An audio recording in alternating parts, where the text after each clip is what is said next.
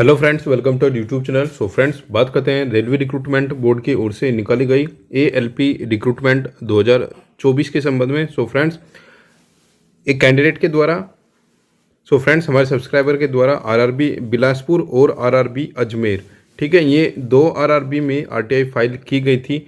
ALP की total number of candidates के regarding देखते हैं आरआरबी बिलासपुर और आरआरबी अजमेर से कैंडिडेट को क्या रिप्लाई प्राप्त हुआ है। सो फ्रेंड्स, चैनल पर पहली बार आए हो तो प्लीज़ चैनल को जरूर सब्सक्राइब कीजिए। फर्दर अपकमिंग अपडेट्स के लिए बेल नोटिफिकेशन प्रेस करना, जिससे सभी अपडेट्स आप तक प्राप्त होते रहे। आइए स्टार्ट करते हैं आज की वीडियो को।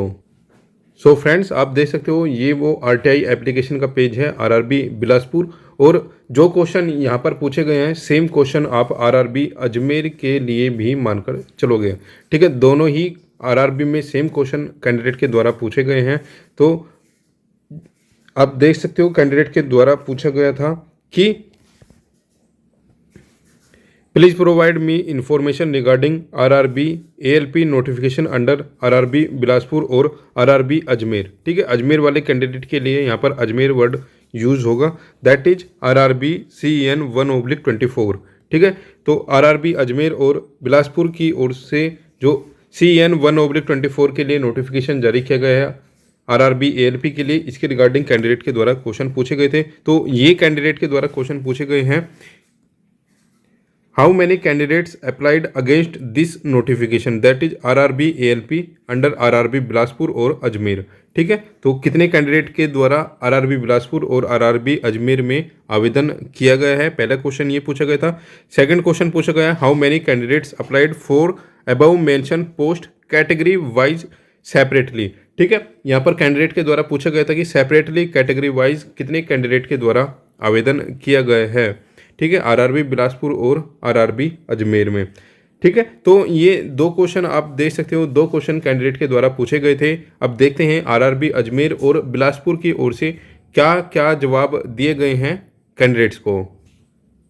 सो फ्रेंड्स, आप देख सकते हो ये आरआरबी अजमेर, आप देख सकते हो आरआरबी अजमेर में ये एप्लीकेशन फाइल की गई थी कैंडिडेट के द्वारा, और ये जो एप्लीकेशन का जो स्टेटस दिया गया है कैंडिडेट को बताया गया है 21/3 को ये डिस्पोज ऑफ कर दी गई थी रेलवे रिक्रूटमेंट बोर्ड अजमेर की ओर से। और यहाँ पर आप देख सकते हो रिप्लाई, क्या रिप्लाई यहाँ पर दिया गया है, यानी कि आरटीआई के माध्यम से कोई जवाब यहाँ पर नहीं दिया गया है। बताया गया है कि ये जो रिक्रूटमेंट है यानी कि work is under process, so required information can not be provided at this stage. ठीक है, तो यहाँ पर आरआरबी की ओर से जो डाटा मांगा गया था कैंडिडेट के द्वारा ये देने से मना कर दिया गया है, लेकिन कैंडिडेट के द्वारा इसमें फर्स्ट अपील फाइल की गई है। ठीक है, फर्स्ट अपील को फाइल किया गया है। ठीक है, तो यहाँ पर आप देख सकते हो सबमिट फर्स्ट अपील, तो फर्स्ट अपील कैंडिडेट के द्वारा फाइल की गई है। जैसे ही इसका कोई रिप्लाई हमें प्राप्त होता है या फिर फर्स्ट अपील के माध्यम से ये डाटा प्रोवाइड यदि कराया जाता है तो आपके साथ शेयर जरूर किया जाएगा। सो फ्रेंड्स, अब देखते हैं आरआरबी बिलासपुर की ओर से क्या जवाब दिया गया है कैंडिडेट्स को। फ्रेंड्स, ये वो आरटीआई रिप्लाई है जो आप देख पा रहे हो, ये आरआरबी बिलासपुर की ओर से प्राप्त हुआ है। देखते हैं क्या रिप्लाई कैंडिडेट को इस आरटीआई रिप्लाई के द्वारा प्राप्त हुआ है। बताया गया है आरटीआई अधिनियम 2005 के तहत सूचना उपलब्ध करना। ठीक है, संदर्भ दिया गया है आरटीआई रिक्वेस्ट नंबर 19/3/2024 को रिक्वेस्ट फाइल की गई थी।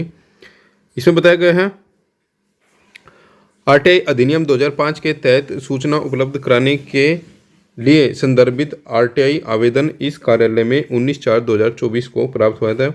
इस लोक प्राधिकरण के अभिलेखों एवं फाइलों के आधार पर उपलब्ध कराई गई सूचना का विवरण इस प्रकार है। ठीक है, तो यहाँ पर बताया गया है सूचना का जो विवरण है वो इस प्रकार है। पूछा गया है क्वेश्चन नंबर 1 में आरआरबी बिलासपुर में CEN 1/24 एएलपी के तहत अधिसूचित रिक्त पदों में भर्ती हेतु उम्मीदवारों द्वारा भरे जाने वाले आवेदन पत्र संबंधित डाटा वर्तमान में इस कार्यालय में उपलब्ध नहीं है। ठीक है, सो फ्रेंड्स, यहाँ पर भी मना कर दिया गया है क्योंकि आपको पता है काफ़ी कैंडिडेट्स के द्वारा आरआरबी बिलासपुर में आवेदन किया गया था एएलपी रिक्रूटमेंट के लिए। तो आरआरबी एएलपी की ओर से भी रिक्रूटमेंट के रिगार्डिंग डाटा अवेलेबल कराने से मना कर दिया गया है। बताया गया है कि जो रिक्रूटमेंट है अभी प्रक्रियाधीन है, इसलिए यहाँ पर कोई भी आपको डाटा प्रोवाइड नहीं कराया जाएगा।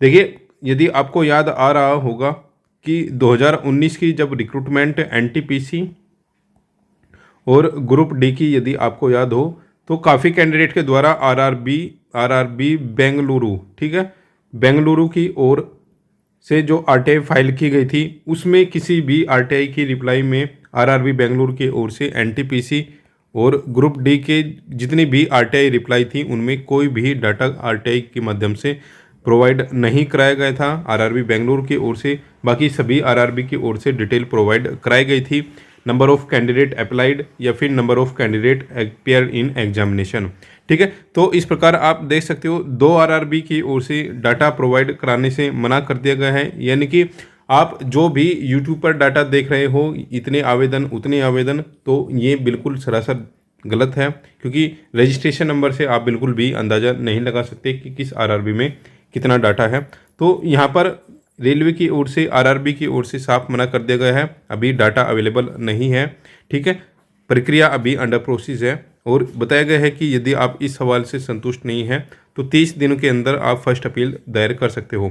सो फ्रेंड्स, आपके लिए बता दें कि कैंडिडेट के द्वारा इसके लिए भी फर्स्ट अपील फाइल की गई है, जैसे हमने अभी आपको बताया था आरआरबी अजमेर में भी, ठीक है, और बिलासपुर, ठीक है, दोनों में ही फर्स्ट अपील फाइल की गई है। जैसे ही दोनों ही आरआरबी की ओर से फर्स्ट अपील का कोई रिप्लाई आएगा तो आपके साथ शेयर की जाएगी, ठीक है। फर्दर जो भी अपडेट्स होगी आपके साथ शेयर की जाएगा। चैनल पर पहली बार आए तो प्लीज़ चैनल को जरूर सब्सक्राइब कीजिए। फर्दर अपकमिंग अपडेट्स के लिए मिलते हैं नेक्स्ट वीडियो में नेक्स्ट अपडेट्स के साथ।